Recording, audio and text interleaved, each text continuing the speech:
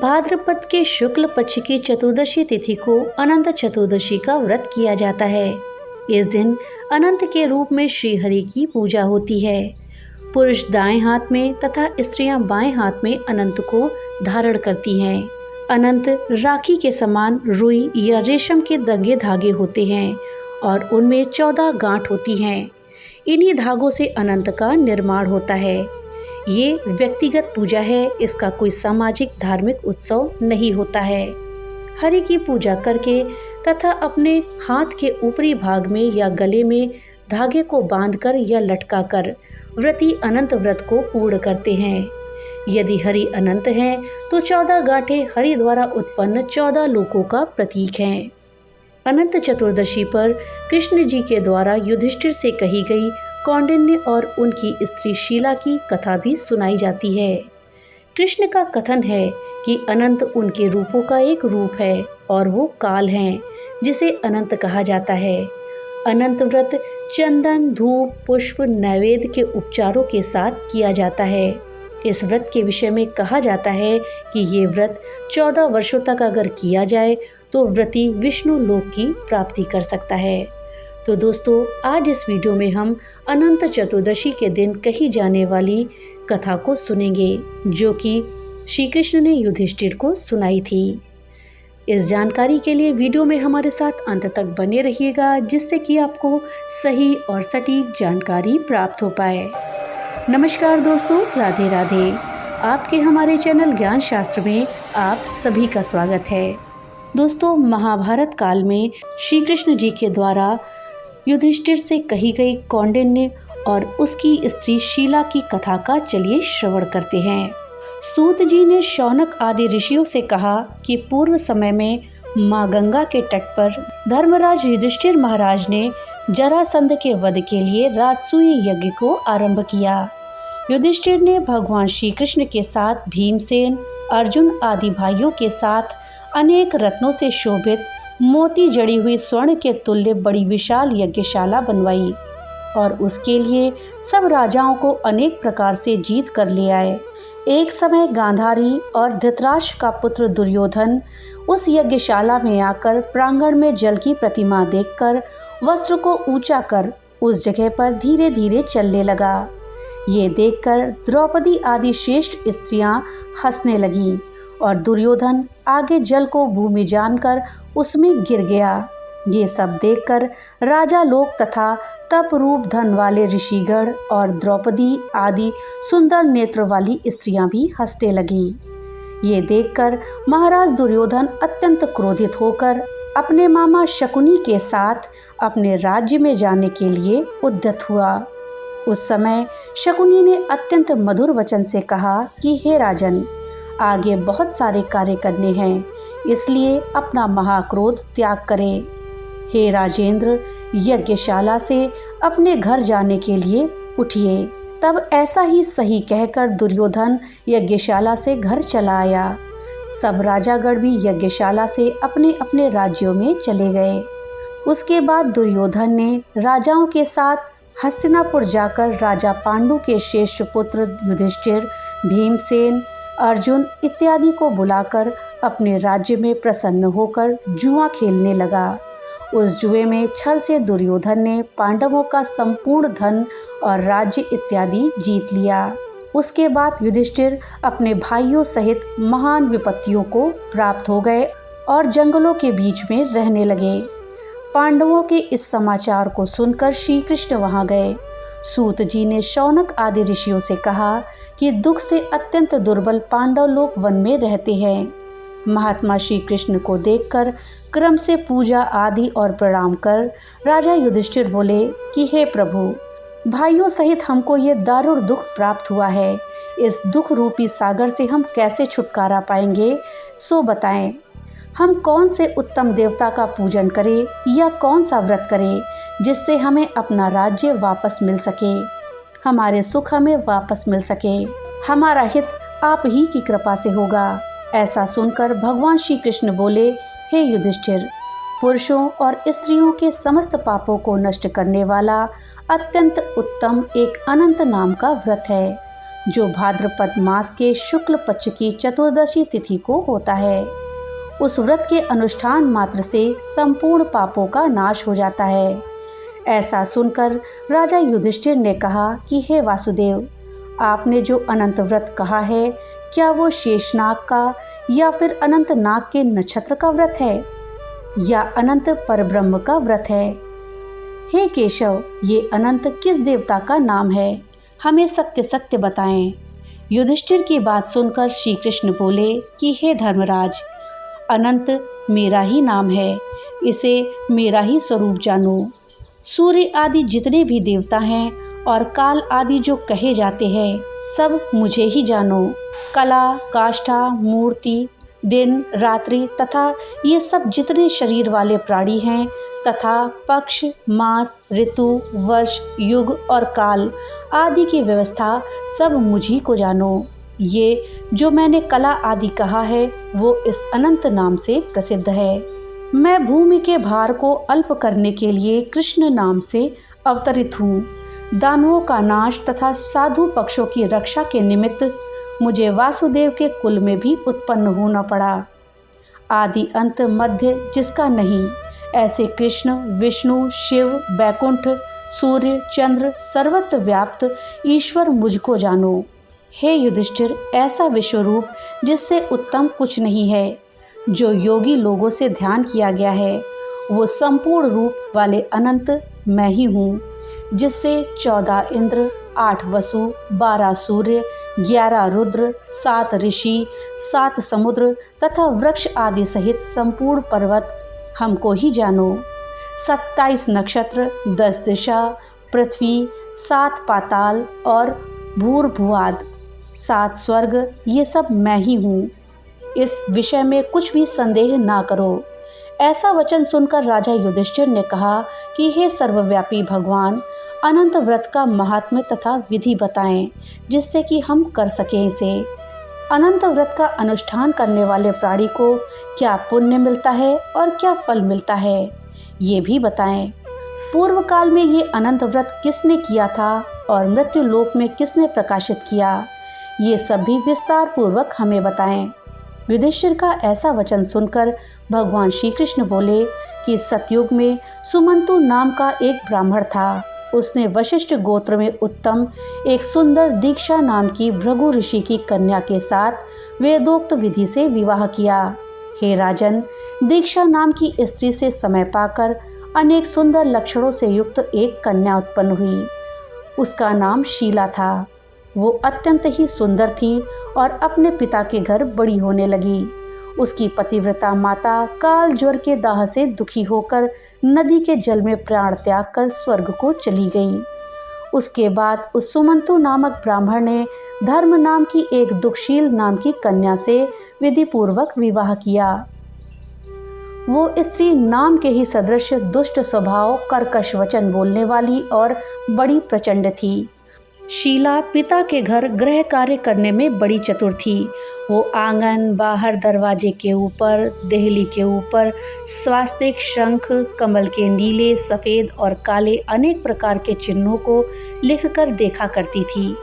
इसके अनंतर इसी तरह बहुत दिन बीतने पर कुमारावस्था में वो प्राप्त हुई। पिता के घर में बड़ी मंगल देने वाली वो थी। उसको देखकर उसके पिता सोचने लगे कि मैं इस कन्या को पृथ्वी पर किस गुणवान वर को दूं। ऐसा विचार करके वो दुखी हुए। उसी समय उत्तम वेदांग जानने वाले कौंडिन्य नाम के एक मुनि कन्या के लिए आए। वे मुनि बोले कि तुम्हारी गुण युक्ता कन्या से मैं विवाह करना चाहता हूँ। ऐसा सुनकर पिता ने शुभ दिन में ब्राह्मणों में इंद्र तुल्य कौंडिन्य मुनि को अपनी कन्या दे दी। श्री कृष्ण ने कहा कि हे धर्मराज, सुमंतु ने वेद विधि से उसका विवाह किया।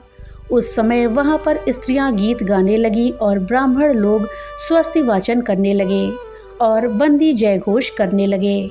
इसी प्रकार विवाह कर सुमंतु ब्राह्मण अपनी कर्कशा स्त्री से बोला कि दामाद के संतोष के लिए कुछ द्रव्य आदि दहेज में देना चाहिए। ऐसा सुनकर वो कर्कशा क्रोध से घर की शोभा बिगाड़कर संपूर्ण द्रव्य आदि एक पेटी में अच्छी तरह बंद कर दामाद से बोली कि आप अपने घर जाइए, हमारे घर में कुछ भी द्रव्य नहीं है। ऐसा सुनकर वे मुनि उदास हुए और वो कन्या भोजन से बचे हुए अन्न आदि को मार्ग में खर्च करती गई।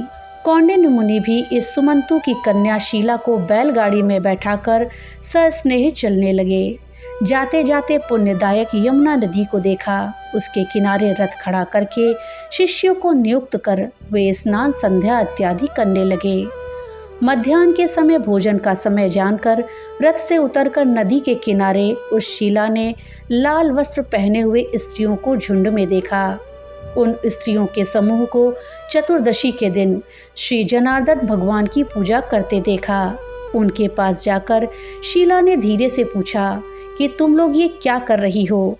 इस व्रत का क्या नाम है? ऐसा सुनकर उन स्त्रियों ने कहा कि ये अनंत का व्रत है, हम अनंत भगवान को ही पूजते हैं। ऐसा सुनकर शीला बोली कि मैं भी ये उत्तम व्रत करना चाहती हूँ। इस अनंत व्रत की क्या विधि है और ये व्रत किस प्रकार करा जाता है? इसमें क्या दान होता है और कौन से देवता की पूजा करी जाती है? ये सब मुझसे बताएं।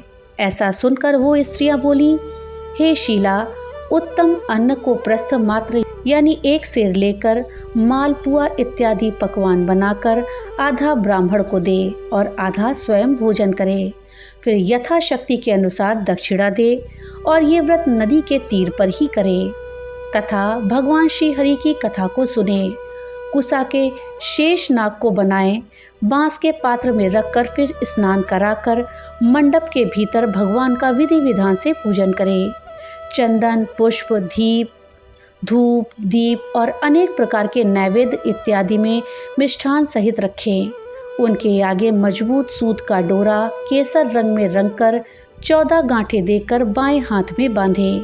प्रथम ये स्मरण करें कि हे वासुदेव, नहीं है अंत जिसका, ऐसे संसार रूपी महासागर में डूबे हुए मेरी अच्छी तरह से उद्धार करो और अपने अनंत रूप में मुझे लीन करो। हे सूत्र रूपी अनंत भगवान, आपको बार बार नमस्कार है।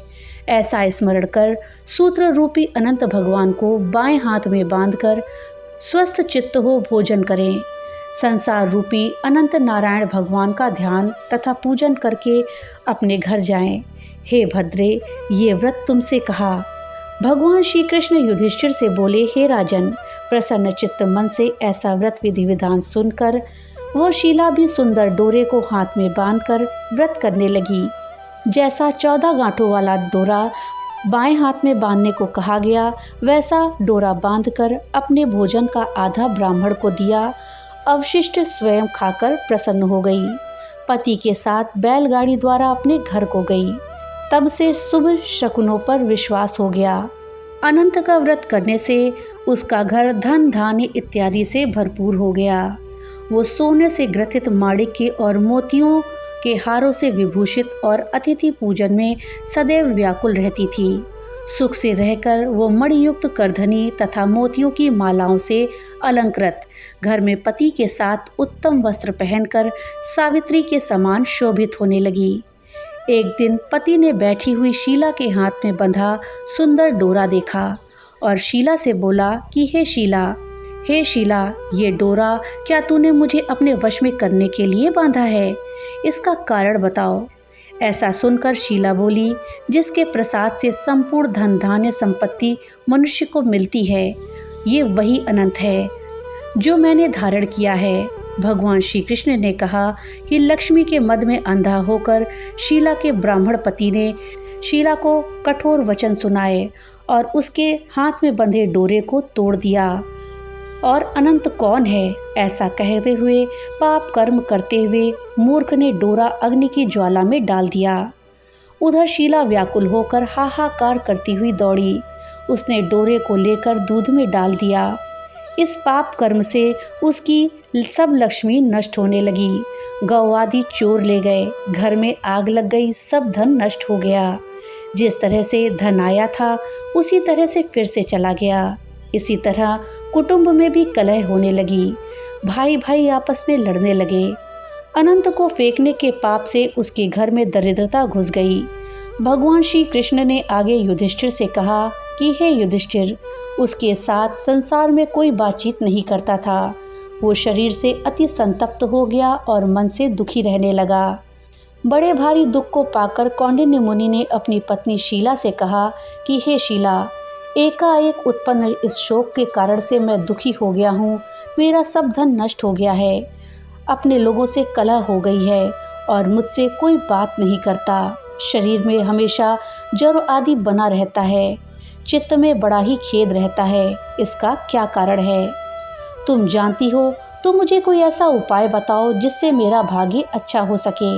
ऐसा सुनकर शील स्वभाव वाली शीला पति से बोली, अनंत फेंकने के पाप कर्म से ये सब हुआ है।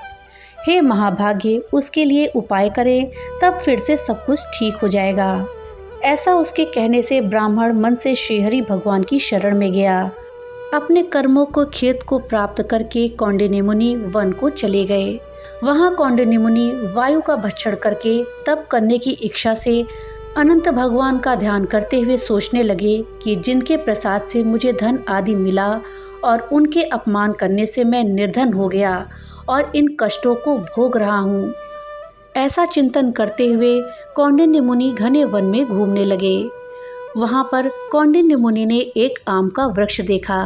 वो ऐसा था जिस पर एक भी पक्षी नहीं था और करोड़ों कीड़े लगे हुए थे। उसने आम के वृक्ष से पूछा कि कहीं अनंत भगवान को देखा हो तो मुझे बताओ, मेरे चित्त में अतिशय दुख है।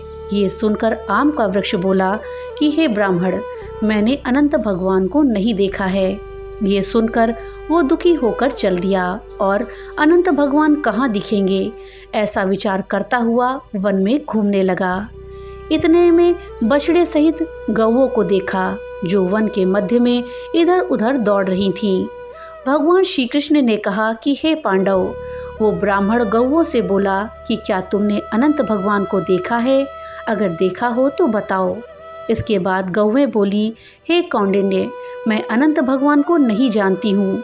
उसके बाद आगे जाकर वो घास पर बैठे हुए वृषभ को देखकर उससे पूछता है कि हे वृषभ, क्या तुमने अनंत भगवान को देखा है? तब बैल बोला, मैंने अनंत भगवान को नहीं देखा। इसके बाद आगे जाकर बड़ी सुंदर दो पुष्करणी को देखा। उन बावलियों का जल एक से दूसरे में आता जाता हुआ दिखाई दिया। अनेक प्रकार का कल्लोल करता और कमल, कल्हार, कुमुदनी आदि के पत्तों से युक्त होकर शोभायमान हो रहा था। भ्रमर, हंस, चकोर, बगुला इत्यादि पक्षियों से शोभित उस वापी को देखकर ब्राह्मण ने उन दोनों पुष्करणियों से पूछा कि तुम लोगों ने अनंत भगवान को कहीं देखा है? ये सुनकर दोनों पुष्करणी बोली, हे द्विज, हमने अनंत भगवान को कहीं नहीं देखा। आगे जाकर उसी तरह एक हाथी और गधा मिला। उन दोनों से भी ब्राह्मण ने वही प्रश्न किया। उन लोगों के उत्तरों को पाकर ब्राह्मण निराश होकर उसी जगह बैठ गया। आगे भगवान श्री कृष्ण कहते हैं कि हे राजन, वो कौंडिन्य जीवन से निराश होकर बड़ा विकल होता हुआ बहुत गर्म उर्द श्वास लेकर भूमि पर गिर पड़ा। फिर वो ब्राह्मण होश में आते ही अनंत, हे अनंत, हे अनंत ऐसा कहते कहते उठकर चित्त में ये निश्चय करता हुआ कि अब मैं अपने प्राणों का त्याग कर दूंगा। भगवान श्री कृष्ण कहते हैं कि हे युधिष्ठिर, ऐसा विचार करके उस ब्राह्मण ने प्राण देने के लिए वृक्ष में फांसी लगा ली। उसी समय दयालु हृदय वाले अनंत भगवान भी प्रत्यक्ष हो गए और वृद्ध ब्राह्मण का रूप धारण करके बोले, यहाँ आओ। ये कहकर उन्होंने कौंडिन्य का हाथ पकड़कर एक गुफा में ले गए। उस गुफा में कौंडिन्य मुनि ने एक नगर देखा जिसमें सुंदरवान स्त्री पुरुष विद्यमान थे और शुभदायक दिव्य सिंहासन पर भगवान बैठे थे, जिनके अगल बगल शंख, चक्र, गदा, पद्म और गरुड़ शोभायमान हो रहे थे। कौस्तुभ मणि धारण किए हुए, वरमाला आदि अनेक प्रकार के आभूषण धारण किए हुए विश्वरूप अनंत भगवान को उस कौंडिन्य मुनि ने देखा। अतिशय प्रकाशमान स्वरूप वाले भगवान को देखकर उन्होंने ऊंचे स्वर में कहा, हे प्रभु, आपकी जय हो। ऐसा कहकर तथा प्रणाम करके बोले, हे नाथ, हे पुंडरीकाक्ष, हम पाप रूप पाप कर्म करने वाले हैं। हमारी आत्मा पापी है और हम पाप से ही उत्पन्न हैं। आप हमारी रक्षा करें। आप मेरे संपूर्ण पापों को हरने वाले हैं। उस मुनि के ऐसे वचनों को सुनकर अनंत देव भी बड़े कोमल वचन से बोले, हे ब्राह्मण, मत डरो, तुम्हारे मन में जो हो निसंकोच होकर कहो। ऐसा सुनकर कौंडिन्य मुनि बोले, हे प्रभु, मैंने धन में उन्मत्त होकर अनंत का डोरा तोड़ दिया है। उस कर्म से मेरा धन नष्ट हो गया। घर में अपने कुटुंबियों से कलह होती है, जिस कारण मुझसे कोई नहीं बोलता। इस तरह दुखी होकर आपके दर्शन की इच्छा से मैं वनों में भटक रहा हूँ। हे देवेंद्र, आपने मुझ पर कृपा कर अपने दर्शन दिए। अब मुझ पर दया करके उन पापों की शांति का उपाय बताएं। श्री कृष्ण कहते हैं कि हे युधिष्ठिर, भक्ति से प्रसन्न होकर देवता क्या नहीं देते। ब्राह्मण के ऐसे उत्तम वचनों को सुनकर अनंत भगवान कहते हैं कि हे कौंडिन्य, तुम विलंब मत करो, अपने घर में जाओ और भक्ति के 14 वर्ष तक अनंत का व्रत करो। इससे संपूर्ण पापों से छूटकर पुत्र पौत्र इत्यादि को उत्पन्न करके इच्छित फलों को भोगोगे और उत्तम सिद्ध को प्राप्त करोगे। अंत में मेरा स्मरण कर मुझको बिना संदेह प्राप्त कर पाओगे। हम संपूर्ण लोगों के कल्याण के लिए तुम्हें वरदान देते हैं। ये अनंत व्रत आदि श्रेष्ठ आख्यान और कल्याण करने वाला है। जो प्राणी अनंत चतुर्दशी का व्रत करके इस कथा को सुनता है, वो शीघ्र ही सभी पापों से छूटकर परम गति को प्राप्त होता है। अनंत देव ने कहा, हे ब्राह्मण, मेरे पास जिस मार्ग से तुम यहाँ आए हो, उसी मार्ग से तुम जल्दी जाओ। ऐसा सुनकर कौंडिन्य मुनि बोले, हे स्वामी, मैं जो पूछता हूँ उसे बताएं। जंगल में घूमते घूमते मैंने कुछ कौतुक देखा। हे जगत गुरु, वो आम का वृक्ष कौन था? वो वृषभ, वो कमल कुमुद कल्हार से सुशोभित कौन था? इस बड़े जंगल में मैंने 2 पुष्करणी भी देखी, सो क्या थी? वो गधा और वो हाथी कौन था? और उत्तम व्रत ब्राह्मण भी कौन था? अनंत देव बोले, वो आम वृक्ष वेद विद्या को अच्छी तरह जानने वाला ब्राह्मण है। उसने शिष्यों को विद्या नहीं दी, इसलिए वो वृक्ष बन गया। और जो गौ देखी, वो बीज को खाने वाली पृथ्वी थी। और जो घास पर वृषभ देखा, वो सत्यनारायण धर्म था। और धर्म अधर्म आदि जो कुछ परस्पर देती है और लेती रहती हैं, तथा वेद पाठ करने वाले ब्राह्मणों को नहीं देती हैं, भिक्षुओं को कभी भिक्षा नहीं दी, उस पाप कर्म से दोनों का जल आपस में इधर का उधर होता है, वो पुष्करणी है। गधा जो देखा वो क्रोध था, और जो हाथी था वो अभिमान था। वो ब्राह्मण जो था वो अनंत हम हैं, और जो गुफा रही वो कठिन संसार है। अनंत देव ऐसा बताकर उस जगह से अंतर्ध्यान हो गए। ये सब स्वप्न के समान देखकर उस जगह से वो मुनि अपने घर को आए और 14 वर्षों तक अनंत व्रत किया। जैसे अनंत देव ने कहा था, वो सब सुख भोग कर अंत में वो अनंत देव का स्मरण करके अनंत लोक को चले गए। हे राजा, तुम भी ये कथा सुनो और व्रत करो। जिस प्रकार ब्राह्मण को 14 वर्ष में फल प्राप्त हुआ, तुमको भी उसी तरह अनंत देव की कृपा से सभी इच्छित वस्तुएं एक ही वर्ष में कथा सुनकर ये व्रत करने से प्राप्त हो जाएंगी। हे राजन, व्रतों में उत्तम व्रत मैंने तुमसे कहा है, जिसको सुनकर सभी प्राणी सब पापों से छूट जाते हैं, अर्थात मुक्त हो जाते हैं। इसमें संदेह नहीं है और हरि चरणों को प्राप्त होते हैं। हे गुरुकुल में उत्पन्न हुए युधिष्ठिर, जो शुद्ध विचार करने वाले प्राणी संसार रूपी गुफा में सुख से फिरने की इच्छा करते हैं, वो तीनों लोगों के स्वामी अनंत देव की पूजन कर डोरे को दाहिने हाथ में बांधते हैं। तो दोस्तों, ये है अनंत चतुर्दशी की कथा। दोस्तों, आप भी अनंत चतुर्दशी के दिन इस कथा का श्रवण करें और दूसरों को सुनाएं और अनंत भगवान की कृपा प्राप्त करें। दोस्तों, ये कथा आपको कैसी लगी हमें कमेंट बॉक्स में लिख करके ज़रूर बताइएगा। तो मिलते हैं अगली नई वीडियो के साथ, तब तक के लिए राधे राधे।